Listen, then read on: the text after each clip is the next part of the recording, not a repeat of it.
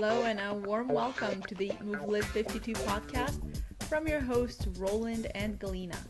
I'm Roland and I am a skill-based weight loss coach who lost 110 pounds myself 17 years ago, kept it off ever since, and now I help my clients and readers to do the same. And I'm Galina. I'm a movement specialist and a trauma therapist, supporting people with chronic and persistent pain and recovering from emotional eating. This is your first time with us, head on over to eatmovelive52.com/podcast guest, get your free download, and see how you can work with us. And now on to the show.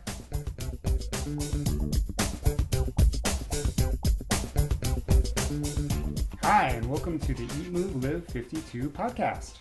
We're so thrilled to have a very special guest today. We have Mickey Treskott from Autoimmune Wellness with us. And I met Mickey in Northern California in April, and we had a lovely conversation, talked about the new book, which is absolutely gorgeous. We're going to tell you more about it. And I invited her on our podcast, and she said yes.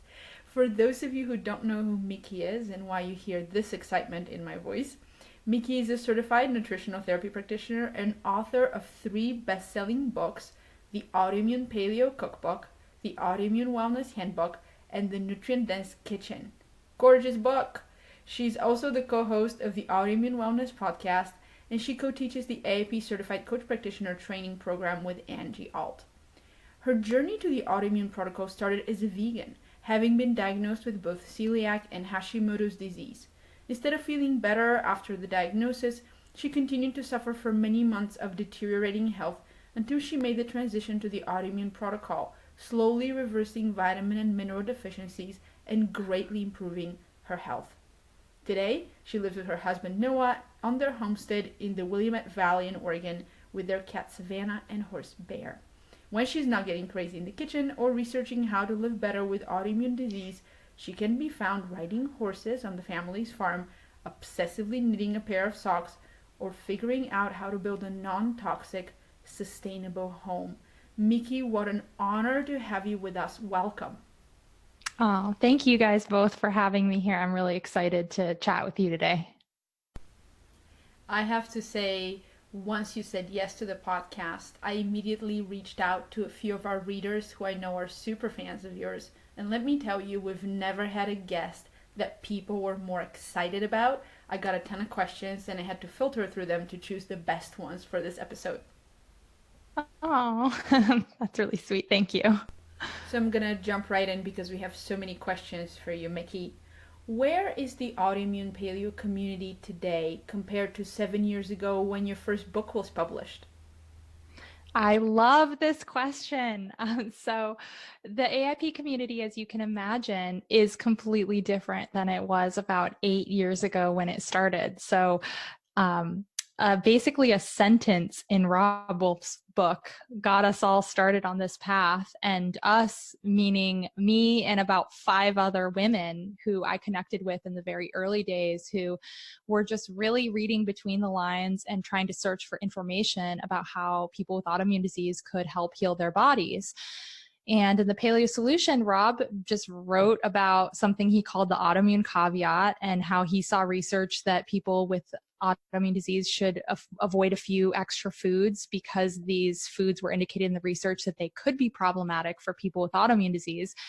And so we decided to experiment with ourselves and start writing about it and posting that on blogs and on Facebook online. So we got connected with each other. And so in the early days, it was just like a collection of friends that were kind of doing this weird dietary change that nobody had heard of. It really hadn't been fleshed out in a way. I mean, there were no Epic bars. You could not buy bone broth at the grocery store.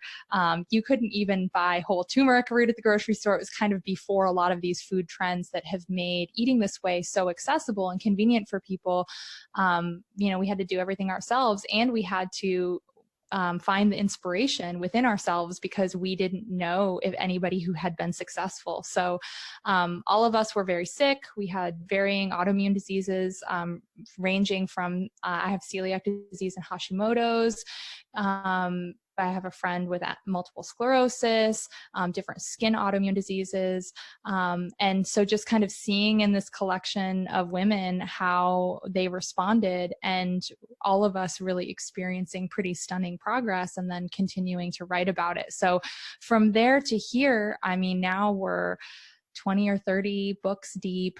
We're, 3 medical studies, for proving the efficacy of the Autoimmune Protocol for various conditions. Doctors are actually recommending to their patients, even conventional doctors that have heard of the Autoimmune Protocol or seen the research. And if you would have asked me 8 years ago if I thought that that would be possible, I would have said no way, So it's just grown by leaps and bounds. And as you said, hundreds of thousands, if not millions of people have gone through this journey and are sharing that with their friends and their doctors, and now are participating in research so that we can continue to learn more and be more specific about what it is exactly that's working so well for people and how they can customize that even further to help themselves. So it's fun. I'm so glad that the Autoimmune Paleo Protocol has had such an upward trajectory, and it surely is the best we can hope for any self-empowering protocol. I'm just so glad to hear that it went that way. Yeah, I remember when I first got into the paleo diet, first heard about it, I thought it was kind of crazy. But then I had problems and I tried it and I felt such a significant change. I can only imagine how much power it gives people who have autoimmune conditions and things like that. Well, and remember, 12 years ago, it was almost impossible to go to the store and get grass-fed beef or organ meats. Yeah, everything back then was just natural, low fat. Yeah, and it's amazing. You can step into almost any grocery store now and get something that is grass-fed, organic, and free range, and you can get frozen liver and even fresh liver, things that were unheard of. Yeah. So kudos to you for sticking with all of this. It's been really meaningful to the world. Absolutely. Thank you. Well, I think a big thing about the AIP movement is that the people get into it because they're sick. And when you're sick, you have a certain level of motivation that I think goes beyond for the people that are looking to optimize. You have to be a certain type of person who cares about your health before you're sick. Most people are not that person, but then a lot of people start to care about their health when they start to lose it and they start to see it decline, and motivation really increases. So I think the AIP community is kind of a perfect breeding ground for a lot of these ancestral health principles, just because we're the people that really have the time.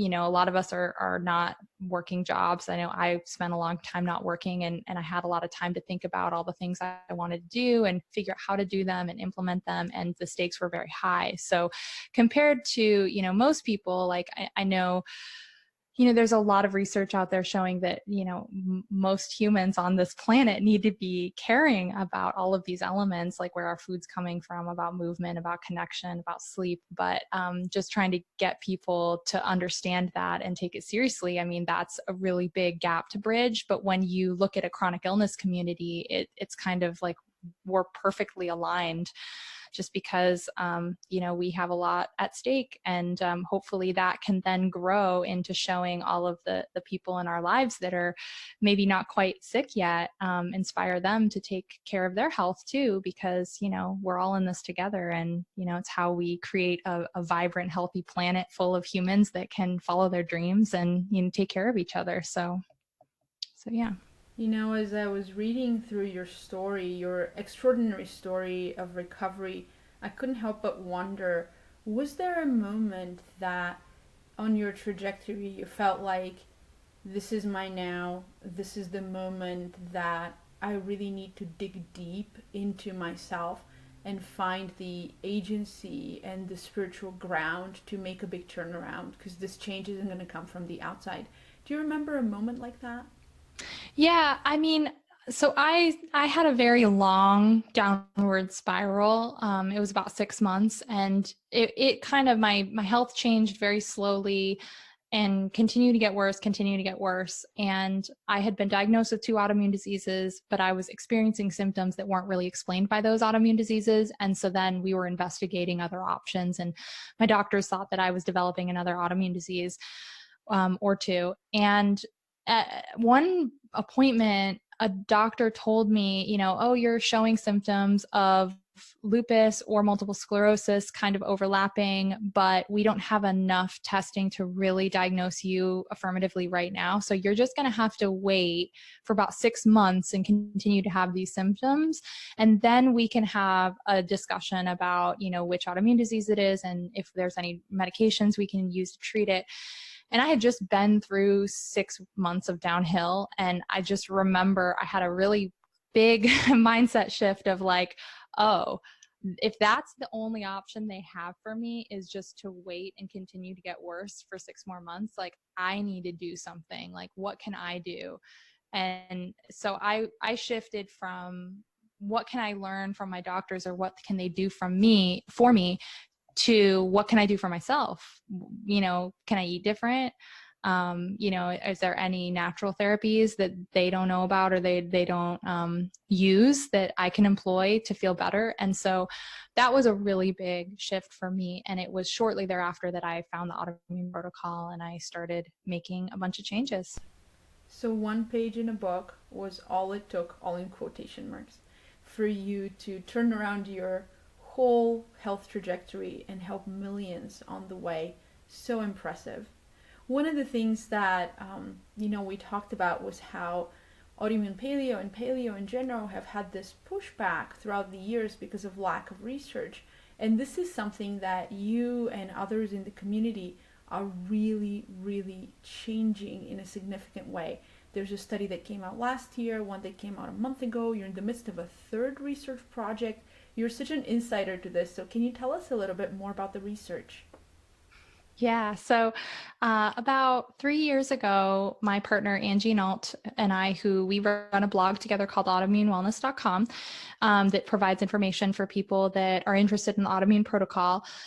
We had a doctor contact us through our contact form on our site that said, hi, I'm a doctor of Scripps. I have a patient with ulcerative colitis or Crohn's, and they wanted to try the Autoimmune Protocol, and I gave them a month. And then they came back, I did a colonoscopy, and they were like completely healed. And it was just like a shocking turnaround. So I asked the patient what they did. They referred me to your website. They said, I found this website Googling. I tried this protocol for a month. That's all I did. And she actually is a researcher and has funding for research. So she proposed that we partner with her to do a study, which ultimately became the AIP-IBD study. So it's 15 patients with Crohn's disease and ulcerative colitis who used my partner Angie's program, SAD to AIP in 6, which is a really slow, gentle transition to the Autoimmune Protocol. They monitored these patients as they went through, and then through elimination and then maintenance. And the results were really stunning. So a lot of these patients, I think the average disease duration was 19 years. So they were people that had been sick for a very long time. They had failed traditional medications, which for IBD is biologic and steroid medications, which are very expensive, very serious drugs with a lot of side effects. And after 5 weeks, so the study was actually 12 weeks, but at 5 weeks, 73% of them reached clinical remission. And that means that they went in with a scope, they did a colonoscopy, and there were no visible signs of disease. And so not only did 3/4 of them reach that point, but they maintained it through the maintenance phase, which was really important. So that study really put AIP on the map as far as medical research. And we started to get a lot of interest from other doctors about different autoimmune diseases. And since then, we've put together a Hashimoto study, so about a year ago, which sounds crazy because the IBD study took a very long time just in planning, preparation, funding, execution, publishing. I mean, it was a 3-year process. But in the last year, we were approached by a doctor that wanted to do a Hashimoto study at the Ancestral Health Symposium, which I'm sure you guys are familiar with. It's a conference that I really enjoy. And Dr. Abbott wanted to do Hashi's, but he didn't have funding. So we actually crowdfunded for the study and ran the study last year, and it's already published. The results just came out. And of course showed really great effects for people with hypothyroidism. There were some really interesting insights about the study and basically how the dietary change, the way it worked for people with hypothyroidism was a little bit different than the IBD. And so it's hopefully going to lead to some further research and some further insights there. And then right now we just successfully funded an eczema and a psoriasis study with a third doctor, and that'll be enrolling this fall. So lots of awesome opportunities. We're hoping that it leads to even more interest and even more research, because, that's how we learn about this stuff and learn how to customize it to everyone's journey, So did the subject studies come from your community?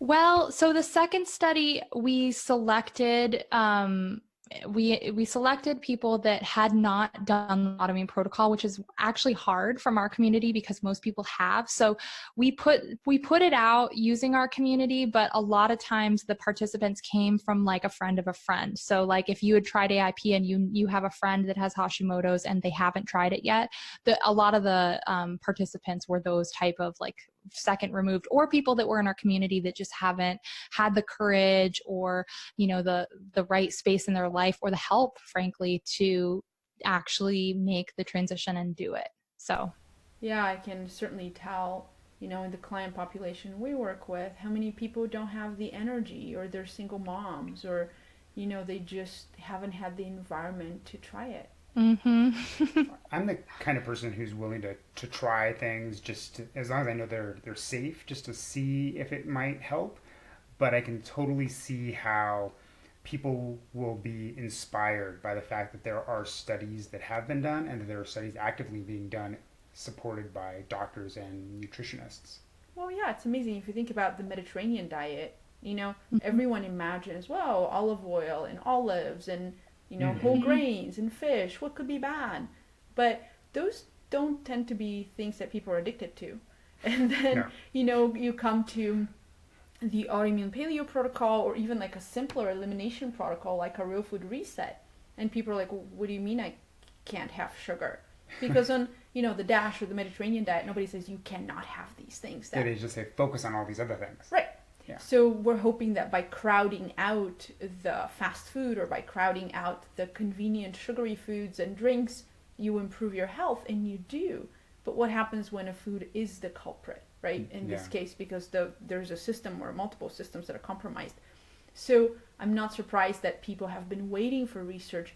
And what a powerful combination of ancestral principles, science-backed evidence, and millions of people who have improved, who now through the network out there can talk to each other and support each other, and you have this incredible community. It's so cool. Yeah. Well, so totally agree. So we just talked about some diets exclude things. So the AIP protocol does exclude some things, and sometimes permanently. Like, do you ever feel like there are things that you really loved that how do you feel when you realize you might never have to be able to have that again? Yeah, so the biggest food category that I really thought was a no for me. So in AIP, for those of your listeners that don't know what it is, it's an elimination diet where it's actually more of a template than a diet, but you go through phase 1, which is strict elimination of grains, beans, eggs, nuts, seeds, dairy, and nightshade family foods. And then you reintroduce foods starting from the least likely to cause a problem down to the more likely to cause a problem in a very sequential order. And all of the info is on our site in the books and everything. So I'm not going to make this about that, because we could talk another whole 3 hours about that. But basically, you land on a diet that is really specific to you and actually fluctuates over time. So when you're in the reintroduction phase, it's not something that you're just done with. You start to reintroduce foods, you see which ones work, you see which ones don't. And then if something doesn't work, you can try it again 3-6 months down the line, even 3 years down the line. So for me, very early on in the process, the nightshade family of foods was very problematic for me. I would get really quick swelling in my hands. I would get joint pain. Sometimes I would even get really flushed. And I thought, okay, potatoes, peppers, eggplants, tomatoes, those are all nightshade foods. I'm just going to have to avoid them forever. I had no idea. I'd eaten lots of them in my prior life, so I didn't know, I'd never made the connection. But maybe these foods aren't for me. And about a year in, I started tolerating potatoes just fine. And then about 3 years in, I started to tolerate spices from nightshade peppers, but not the actual peppers themselves. So I think it's dose dependent. So like a little cayenne pepper, a little chili pepper seemed to be fine. And then now, I mean, I'm like 7, 8 years in, I can't have tomatoes. I can't have the actual whole peppers. I can't have the whole eggplant, but I can play around a little bit. Like, if a tomato touched, was in guacamole or something and I didn't eat the piece of tomato, but it was still kind of in there, I won't have a problem. So that's a really long way of saying, like, everyone has a really different tolerance. It can change over time. And yes, you can have foods and in the very beginning you might really react to, and then that tolerance might change over time as your gut heals, as your immune system kind of chills out a little bit. And you never really know what you're going to discover. And I think that's actually really interesting and cool, and kind of a fun part about the autoimmune protocol is that everyone is on their own journey and they're going to find out what works for them. So you pretty much just answered my question, which was going to be, once you have been on this protocol for a while, it seems like your immune system kind of calms down a little bit, and it's not so much on attack of this, like, ready to swarm this army of anti-nutrients. Yeah. Is that how this works? For sure. And sometimes it can even be your mental and emotional state. So a lot of my clients have had this issue, and I've had it myself, where I'll go on vacation and I use vacation as kind of a opportunity to enjoy life, right? You're like unfurling the sails. I'm like going to the boundary of what I know I can do with my diet. I'm like on the line, if not just like putting a foot over, because that's the fun part about travel, right? Seeing, eating new things and having new experiences. Plus you're being relaxed. Hopefully you're in more of a parasympathetic state. You're with people you love, and most people tolerate, when they're feeling good like that, they tolerate more things, and they come home and there's work and there's stress and all these things creep back in. So part of it can be your emotional state too. And the first time I had something that had touched a tomato, which I know sounds ridiculous, but I had been very afraid of tomatoes up until this point. I was on vacation and I was fine. And that's when I went, oh, okay, part of this is being what state of mind I'm in, and how that affects how my body and my immune system receives the food. So it's definitely not black and white. It can totally depend on the day sometimes. So it was very interesting because, back in the day, there was a big discussion about when gluten-free started to become a big thing. Oh, people were saying, oh, the European gluten is different. Yeah. Remember? Because I went on vacation in Spain and I had this, or I went to France and I had a croissant and I didn't have any sort of reaction. And I mean, yes, there could have been some sort of a difference, but as Galina and I have learned, like, all of these stressors that we have, in some level doesn't really matter. So the more stressors you bring down, the less likely another stressor is to trigger something or push you over that tipping point. So if you're on vacation and you're loving life and doing things, and like you have a little bit of getting lots of sunshine. Yeah. And it's amazing how, so like, that's what we always say. Like, we always tell people to look at the low hanging fruit. Like, what things can you address in your life that will bring your stress down? Because it's going to make all of the other stressors less likely to cripple you. And the other thing I just wanted to say is, this is such good news for people, because we have a lot of people who have, we know a lot of people who have diabetes, type 2 diabetes, and they're like, oh, I know, and they close off their mind, or they have autoimmune condition, they just close things off because they know the diet's going to be hard. And in their mind, they're never going to be able to eat these things again. They're going to be miserable for life. And I'm trying to tell them that, if you can get things back under control, you can never go back the way you were before, but you shouldn't have been there in the first place, right? But you can start to enjoy some of these things. Or like you said, if it's a piece of tomato slips by, or you can have spices again. It's like your life, you take care of things, you get things under control, and who knows what's going to happen. So I think it will give a lot of people hope. Yeah. The big thing too about just worrying that you're never going to be able to eat foods again. I always tell people to think like, how do you feel when you eat those foods? Like, is it worth your pain and suffering? And a lot of people, like, I'm a celiac. I can never have gluten again, no matter if it's European gluten, whatever kind of gluten it is. If it even thinks that it's pretending to be gluten, I can't. But, a lot of people say to me like, oh, aren't you sad that like when you go to Europe, you can't have the bread? And I'm like, no, because I can actually stand up on my own 2 feet and not like fall over like I did when I was being glutened all the time. My brain didn't work, my body didn't work, I couldn't sleep, I was a wreck. And that is not worth bread. Bread is not that great. You know what I mean? I think sometimes we give food so much power in our lives. And like, I'm a foodie. I love food, but I think it's fun to find the foods that I can eat within my framework of what works for me, and I think most people, once you get past the other side and you start feeling better, and then you look at whatever it is for you, the bread or the tomatoes, or, I used to grow tomatoes. That's more of for me than the bread, because I live on a farm and I like to grow things, and homegrown tomatoes are just so different than when you get at the store. But I've surrendered, I've given it up, and I have other things that I like, and I focus on those, so. Our founding fathers grew them just ornamentally. Yes, actually. And they are a poisonous plant family. I actually have a direct relative that died from eating a nightshade berry as a child, like three generations back.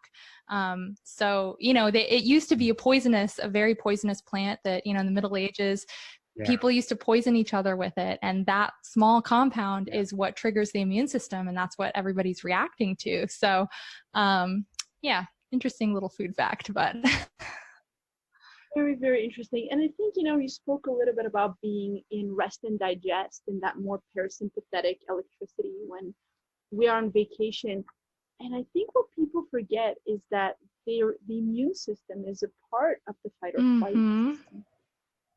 So we don't really differentiate between aggressors and when we're stressed and when our lives are so crazy and overwhelmed. And we try to do a million things in one day, and we're trying to keep up with news and study and work and kids and jobs and a perfect house or whatever people shoot for these days with HGTV and other kinds of brainwashing.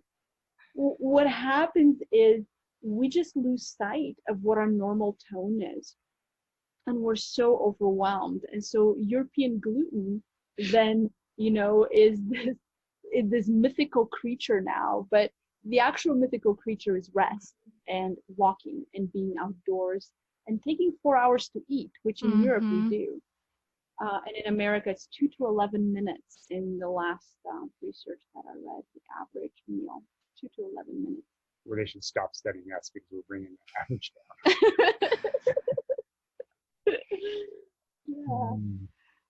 So good. We have so many questions for you. Shall we keep going? Sure.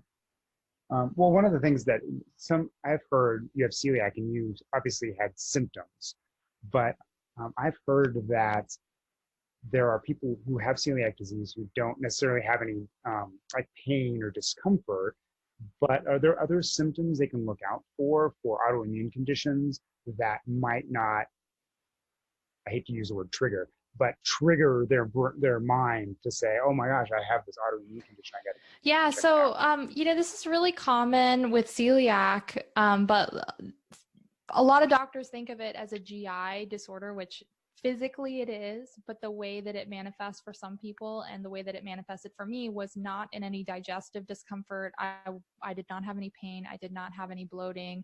I did not have diarrhea or constipation. I didn't throw up. These are kind of normal symptoms of celiac disease. Instead, I got brain symptoms. So I would get extreme brain fog. I would get dizziness issues, balance.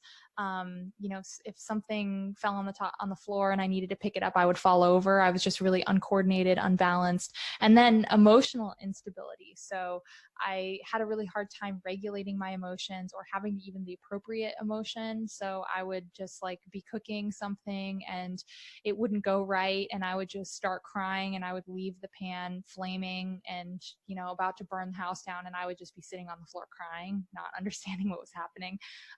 So that disconnection from just like reality, what's happening.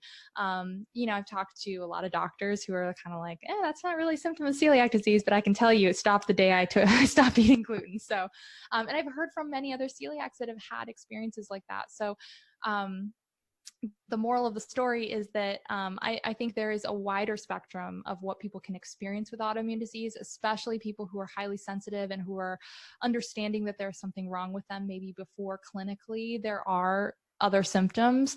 This happens a lot with people with thyroid disorders. We're told that, okay, these are the thyroid symptoms, you know, cold hands and feet, weight gain, you know, on and on. But if you don't have all those things, like I didn't have all those things, I had the cold hands and feet, I had the hair loss, I had the extremely low body temperature, but I was the same weight that I am now. So when I went into the doctors, they said, oh, you don't have thyroid disease, you're not fat. And I was like, yeah, but I'm freezing, like my hair's falling out, all these things. And so I think sometimes we think that the diseases really have to present a certain way. And for most autoimmune people, they don't, you know, they present in whatever way it's going to manifest for you. And so for anybody that is kind of undiagnosed, you know, there are merits to getting a diagnosis. Also, there are merits to not being obsessed with getting a diagnosis. So there's kind of a spectrum where it is helpful because it helps you be informed about your decision and figure out what kind of maintenance, you know, routine lab work you need to get done to kind of check up on how you're doing, and then also knowing what to expect and what to look out for if your disease is worsening, because I'm not anti-conventional medicine. I'm pro using all the tools in the toolbox, including things you can do for yourself, natural things, and conventional to live your healthiest life. And for some people, you know, that means adding some drugs and surgery into the mix. And for some people, that means going completely all natural and, you know, doing food and lifestyle. And there's no judgment either way. Neither is better if you end up with a life that you're happy with and that you love, and, you know, you're able to be healthy. So that's, you know, that's a lot, but, I think that, you know, it's up to each person to decide when they really need to be pursuing diagnosis and what that's going to get for them. And that's the question I always ask my clients is, okay, do you need a diagnosis of celiac disease because your aunt is being really mean and saying that your dietary stuff is an eating disorder and you need a piece of paper that says you have celiac disease to prove it to them? Or could you do some inner work to learn how to be confident and strong and say, you know what, your antagonization is like not supporting me living my healthiest life. You know, there are situations where diagnosis is actually not productive. There are other situations where it is really productive. So, and you know, with over 100 autoimmune diseases, there's so many directions you could go and trying to figure it out. But just in starting to inform yourself about the symptoms that you're having and figuring out what kind of category that puts things in, and then knowing about the tests is the place to start. You know, it's tricky. Yeah, it is tricky, but it's also, you know, something that we notice is we have a simple 30-day elimination diet that we run once or twice a year for big groups of people who are just newly aware and just finding out that, oh, guess what? Maybe alcohol and sugar aren't the best foods for me, and grains. And what we find out, people fill out a symptom tracker in the beginning of the 30 days and a symptom tracker at the end of the 30 days. And so often people are absolutely unaware that they have tons of symptoms until the symptoms go away. So Like if we retroactively go back to, well, I guess my eyes were runny and I didn't know. Are you ready to have the health you deserve? Imagine how you'd feel if you were part of a community that valued healing movement, simple but nutrient-dense eating, and a lifestyle that supported your needs rather than driving you into the ground. Got it? Feels pretty good, right? Well, you don't have to imagine it anymore. Eat, Move, Live 365 community is all that and more. It's a thriving community of like-minded people enjoying new themed content every month. Original recipes, whole body movement programs, audiobook chapters, interviews, and exclusive mindfulness practices new each month. Whether your goal is to get healthy or lose weight, get rid of those aches and pains, or chill out with less anxiety, the Eat, Move, Live 365 community is for you. Head to the show notes or to eatmovelive52.com/community for a special offer for podcast listeners.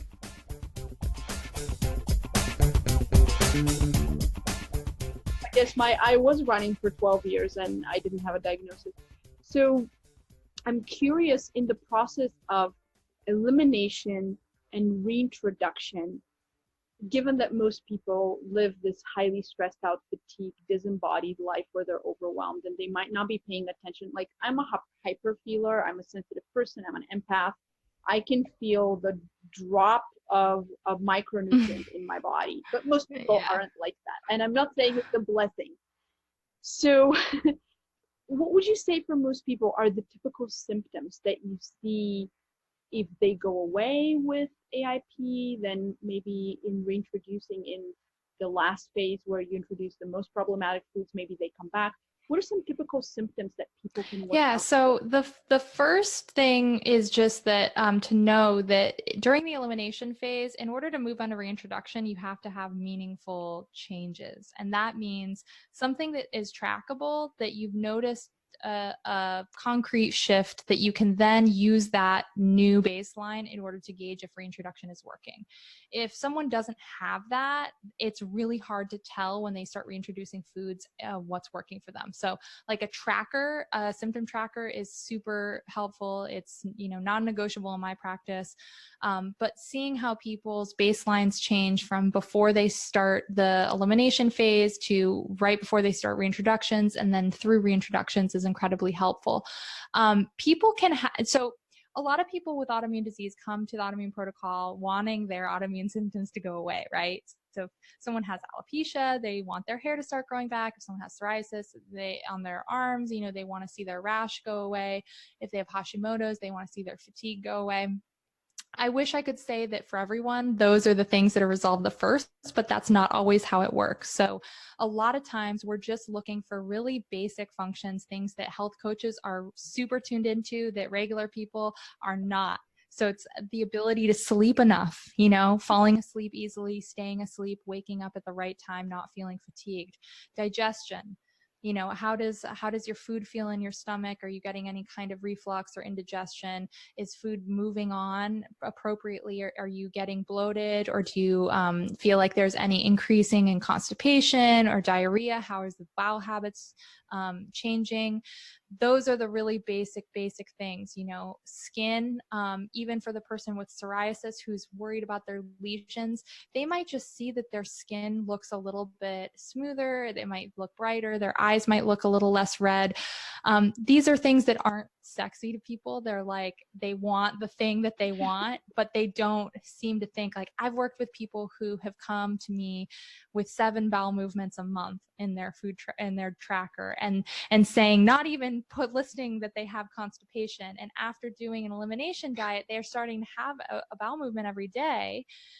And they're saying, yeah, but my rash isn't gone. And you're like, yes, but you're actually, like, your body is starting to function normally. So the first things that I look for are really the basic things. You're not going to see mileage in the big thing that you want until really the basic human bodily functions are really starting to work better. So those are things like just looking at early changes in skin, early changes in digestion, elimination, making sure those detox pathways are open, sleep, moods, hunger, any changes in that kind of thing. Then moving on, people might see things like resolution of whatever their autoimmune symptoms are, better energy, rashes going away, joint pain going away, those sorts of things. But I just don't want anyone to get too much false hope that that's what they're going to get like day 3, because, usually it's the stuff that people undervalue, like the bowel habits that start to change right away. And if they didn't have a coach cluing them in saying, look, this is something that your body needs to optimize and do every single day. Just to change there means that other things are coming. It means that your digestion is shifting. You're going to start assimilating those great nutrients that you're eating now. And it's going to take time for your body to actually incorporate that into healing itself. It's also not sexy to think that sometimes you have to do something so you're not going to continue to Yeah. get worse. Yeah. Right. So, like you can't always, you could be at a stage where you can't reverse something. Mm-hmm. But since a very high, you probably know better than I do, but there's a very high percentage of people who have one autoimmune condition will also have a second one, or will start to exhibit the symptoms of the second or third or fourth one later down the road. So if you don't take care of the baseline problem, like making your body work correctly, you are increasing your odds of letting that other one Totally. come along. Totally. And actually, there are two words that I really don't like in the autoimmune vocabulary, and they are remission and cure. And, autoimmune disease is incurable. I think it's great that there are doctors that are out there looking for it, but what we know about the immune system is that it really does not know how to forget attacking a certain tissue once it's triggered it. And so it's unrealistic to expect that you're just going to fully cure your autoimmune disease. In remission, it doesn't really accurately reflect what happens when someone is living well with autoimmune disease, because in my example of celiac disease, technically I'm in remission when I'm eating gluten-free, but then I eat a bite of bread and I'm not in remission. And that it seems so, to people that aren't experiencing autoimmune disease, I think they get a really false sense. They're like, oh, you're in remission. You don't have to do anything. It's not like cancer. It doesn't really work like that. So I like to speak about healing from autoimmune disease as being well managed. I speak about my autoimmune diseases like they're a part of me. They are not the whole part of me, but they're a part of me that has to be managed. I need to put in certain inputs so that, these things aren't out of control. And I think that's realistic for people with autoimmune disease, because, a lot of people with autoimmune diseases, we have to learn how to live our best for the rest of our lives with these conditions that going around and saying like, I'm cured, it's fine. It doesn't really, I think, paint a very authentic picture of what it means to live well with autoimmune disease. So, one of the things that I think, and I don't know, I'm just thinking out loud here, is that you're almost like creating a buffer. So the longer you are like eating the right way, reducing stress, and keeping, like, for instance, you eating right to manage your celiac symptoms, or I don't know how you would phrase it, but you've created this buffer. So when you do have an accidental exposure, it's not as horrible and debilitating as it would be as if you were constantly doing it. You're not having these things. You can probably recover faster, and the damage is not going to be as severe, and much less likely to trigger an autoimmune, like that army that we talked about earlier, to swarm back in and well, I think resilience is a really important concept for people with autoimmune disease. So what we're doing when we sleep well and we take care with our diet, we eat a lot of nutrient dense foods, and we manage our stress, what we're doing is we're building resilience. And we can also do it emotionally, just in how we shift our perspective about what it means to live with an autoimmune disease, and how we carry that through the world. But that resilience will serve us, because we will have flares with autoimmune disease. Like, I have Hashimoto's flares. Some people are just scandalized when I talk about it on Instagram, and they're saying, oh my gosh, but didn't you write the books? Aren't you healed? And it's like, no, that's not how autoimmune disease works. Sometimes, there are things that you do to cause a flare, and, patterns of life, maybe something happens and it's really stressful. Sometimes you do all the right things and you still get a flare, and that's okay. We have the tool, and I know what I can do to help me feel the best that I can. And I do those things, and I try to get the most I can, but I'm not also tied to that outcome. So I like the concept of resilience, and just not trying to be perfect, not trying to control everything, because we can't do those things, but just, trying to build up some stores so that we can, survive any storm that comes ahead, I love that. Resilience is a great perspective, because it it puts you in a strong position to know that you are larger than symptoms, then you're larger than the days or the weeks that might be very difficult. So I have a sensitive question, and it came from one of your super fans who's also an RD who works with autoimmune population. And her question was around weight. And weight is a very sensitive subject to begin with. You know, we have the health at every size movement. We also have in the autoimmune group of illnesses, we have so many people with hypothyroidism who are overweight, and it's it's kind of a comorbidity with some autoimmune illnesses. And her question in particular around weight was, she finds that her clients with autoimmune illness have a harder time losing weight. And she was asking, is the priority to really lower inflammation and then perhaps weight goes away? Or is that something that isn't even on the table because of the need to get nutrient-dense food? And my question is, do you see that? Do you see people coming to AIP hoping to lose weight and then they don't? And how do we manage that, and how do we speak? Yeah. So, I see people on both ends of the spectrum. So, and I actually have personal experience on both ends because I have an autoimmune disease that typically causes weight gain or being overweight. And I also have an autoimmune disease that causes extreme weight loss and people being underweight. So, it's probably one of the factors why I have not had a struggle too far in either direction, although I have had unintended weight gain, unintended weight loss. And I know that when I was experiencing each one, they were uniquely stressful. So some autoimmune diseases, like the IBD diseases, celiac, a lot of digestive diseases, people can be underweight, and then like the Hashimoto's, or even the side effects of a lot of medications that are used to treat like connective tissue diseases, like rheumatoid arthritis, lupus, a side effect can be that the medications cause weight gain. So yes, this is a big topic for our community. And the thing that I always try to start with is that health is different and more important than image. So it's hard to tease out sometimes which element of being overweight is someone is focusing on, maybe being hard on themselves because they believe that they need to be a certain size in order to be accepted or in order to be valued. And then there's also a part of it that is going to be a determining factor in their health too. So a good coach will help them figure out when being overweight is actually something that is a low-hanging fruit and something that needs to be addressed sooner than later, or when it's like, the last 10 pounds and it's this person beating themselves up for not looking like, everybody else in their friend group or whatever, when really they are a perfectly acceptable and probably a healthy body weight for who they are. So, that's the first thing.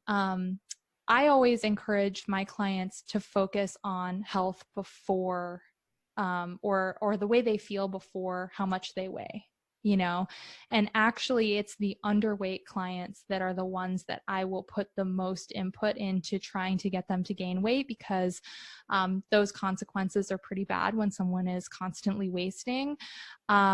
With someone who's overweight, as long as they're not continuing to gain weight, I will encourage them to focus on how they feel over the weight loss, because trying to combine both of those goals, trying to feel better, trying to have good energy, trying to not have joint pain, trying to work on your digestion, trying to add also lose weight consistently on top of that is a little bit unrealistic.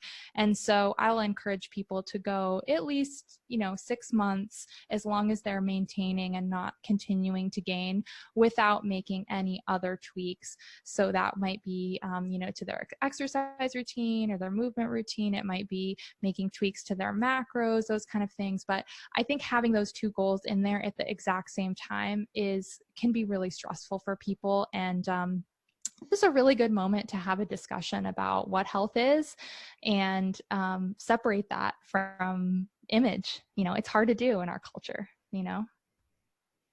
Very, very hard. We're very fat Yeah. averse.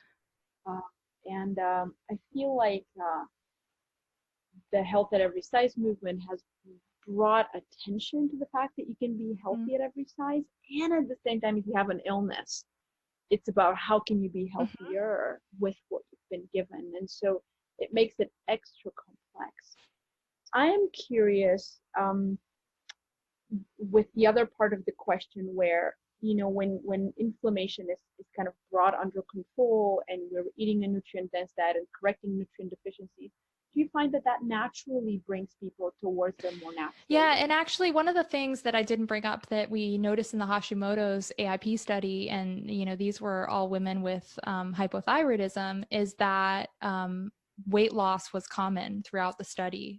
They were consistently and steadily losing weight, and that's something that I have seen in my practice too. I also have seen a lot of weight loss resistance, so I'm not going to say that every person that goes on AIP is going to lose weight. It's not a weight loss diet. It's not tailored to make people lose weight, but it's an interesting perspective because people that come to AIP with weight, who are underweight, some of them gain weight because they're healing their intestines and their ability to digest improves, and they're able to nourish themselves back to health. And then the same diet could be eaten by someone who is overweight due to a hormonal imbalance. Their hormones get evened out and then they might lose weight. So it's not weight specific, but it does have kind of a clarifying effect on a lot of these factors that can be preventing people from being a healthy weight. And sometimes when they go through an elimination diet, you start to increase nutrient density. Your body has all the nutrients it needs to manage all these complex interactions, and things just kind of balance out, And then for the other people, they might need some tweaks, and there are a lot of issues out there that people can have, ranging from, just like a deficiency in thyroid hormone. It might just be like a medication issue. It might be something that they're eating. Maybe they're replacing junk food with paleofied treats, It might be that they're not managing their stress and they're not sleeping, So there's a lot of other things that could be a barrier there too that they can dig into. Well, since we're on the subject, I'm going to ask you the Yeah. other listener question, which is a long-time AIP follower, 6+ years. And she's recently noticing that she's been gaining weight on her AIP protocol, but she's also wondering if perhaps she might need to lower her carbohydrate intake and put less honey in her smoothies. Honey in the smoothies. So actually, I think smoothies in general predispose us to being a little too high carb, and they can be a little too quick to digest. So you can't really chew a smoothie, and a lot of the things that go into a smoothie need to be chewed. The brain needs to get the signal, send the signals that digestion needs to happen. When you drink a smoothie, it's you're turning your eating time into a 2-minute event. It does not give your body the amount of time that it needs to actually coordinate what needs to happen, unless you're chewing your smoothie, which I know some people say, but I actually don't let my clients drink smoothies unless they are trying to gain weight, because I like to use it as a way to trick the body into getting more calories into the system. But if you're finding that you're gaining weight, I think that's a pretty good thing to try and replace a smoothie, especially a smoothie with honey. I think that sounds like a really sweet situation going on there. I would just straight up replace that with something like a liver pate and maybe some carrot slices. I find that when people are going for a sweeter, quicker snack, if you trade that in for something that's like a extra nutrient dense bomb, sometimes the body goes, oh, I wanted something. I think it was sugar, but you're giving me nutrients. And that's really interesting. I'm going to see what I'm going to do with that. And it might kind of break that cycle of craving. So that's the first suggestion that I have just about smoothies. And then, the carb level is really individual for people. So some people thrive on a lower carb diet. I would say in general, I don't think that autoimmune people thrive on like a keto style diet. I think that that's more rare. And especially people with hypothyroidism, you actually need insulin in order to convert the inactive thyroid hormone T4 into T3. So going too low carb for people with thyroid problems can actually slow that conversion down and can actually make them feel a little more tired. I notice this myself. So I don't notice it unless I go pretty low, like under like 60 or 70 grams of net carbs. But everyone's going to have a different level, and it's kind of up to experimentation. So that's one of those things that, you know, you can try kind of cutting out those sweet potatoes and switching them with some less starchy vegetables and kind of see how that goes. Yeah, lovely. Thank you. What a great way to answer her. And she's a beautiful woman, so I hope that she feels how Yeah. she looks. Yeah. And, You know? like weight gain is just a symptom. It's not, it's nothing to freak out about, but it is your body telling you something. So sometimes when our body's telling us something is culturally, this unacceptable thing, it panics us in a way, but, someone can feel equally the same about like weight loss, unexpected weight loss, or any other symptom. And it's just information, and we can be grateful for that information and understand that we might need to take action on something, which is a great position to be in, is actually listening and being able to do something about it.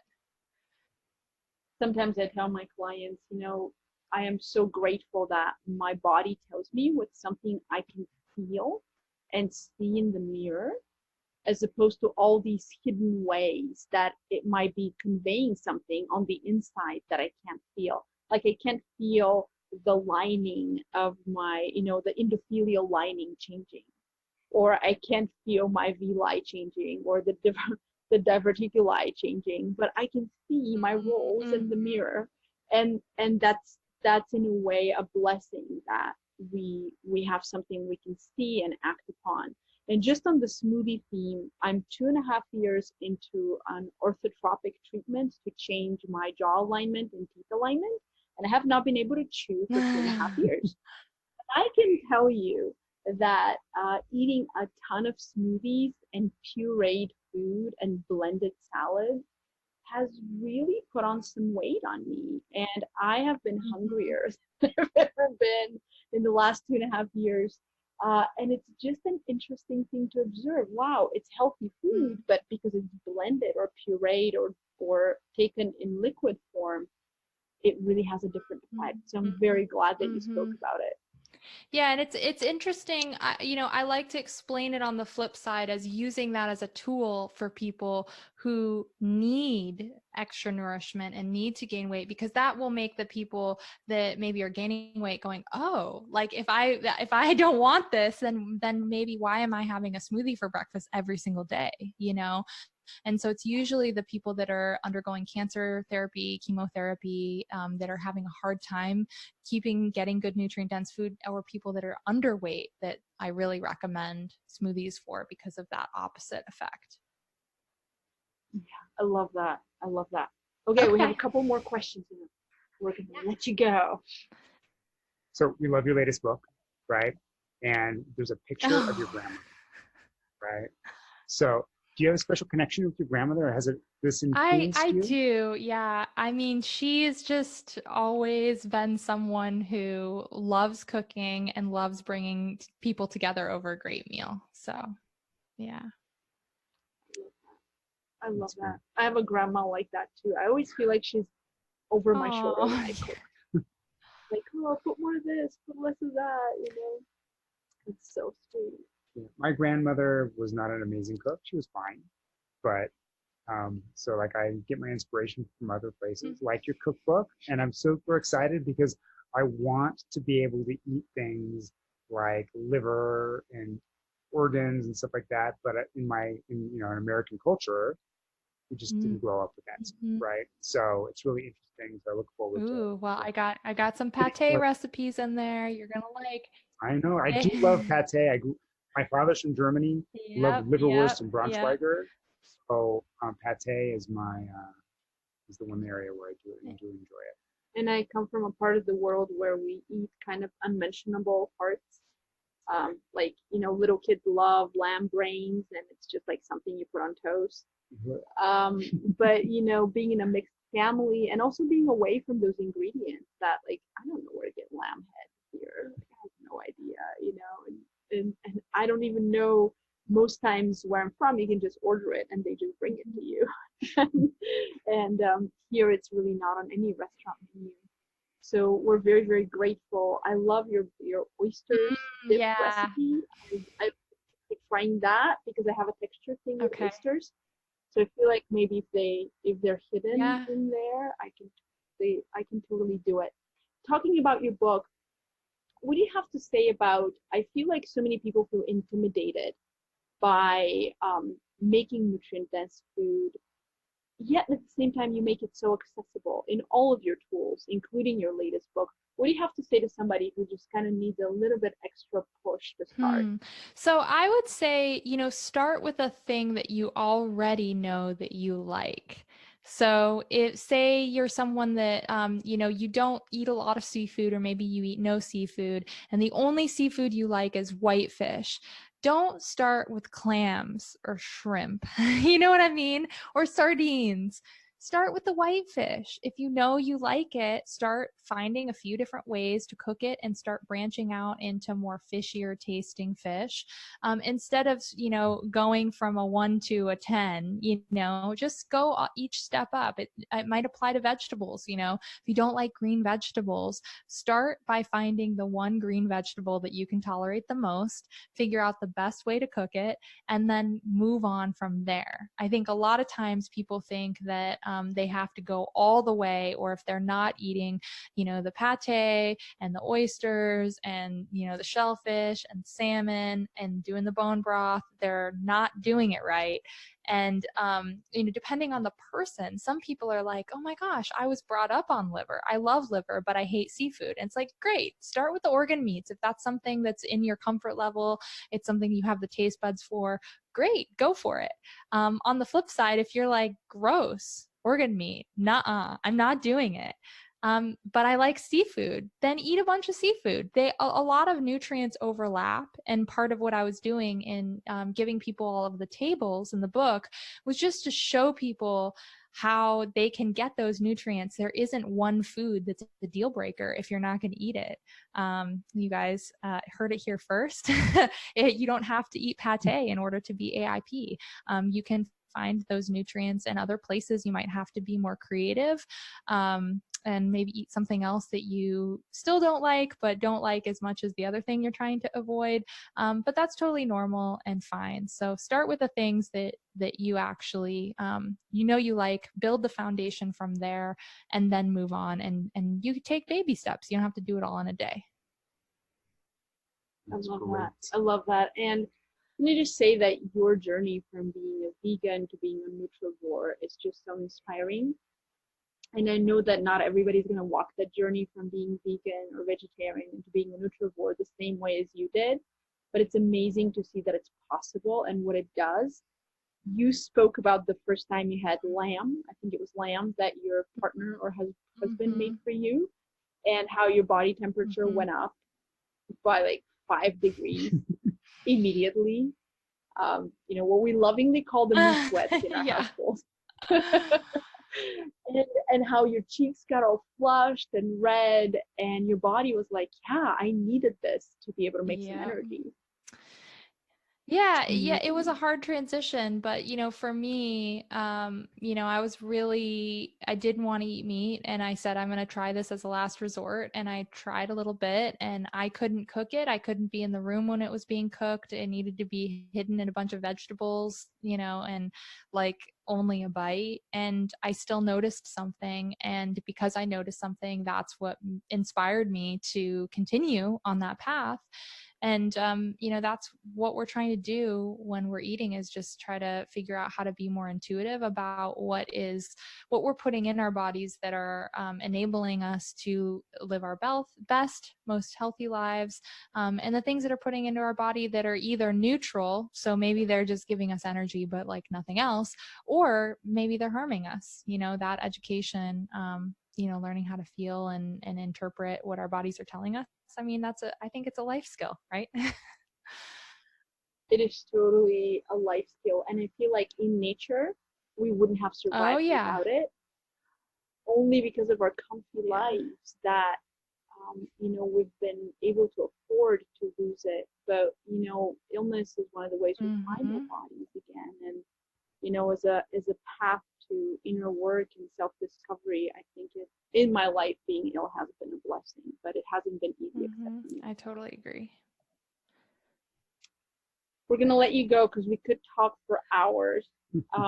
And just thank you so much for being such an incredible guest, producing a wonderful book. I will continue to share it with clients. And I love the tables, the menus.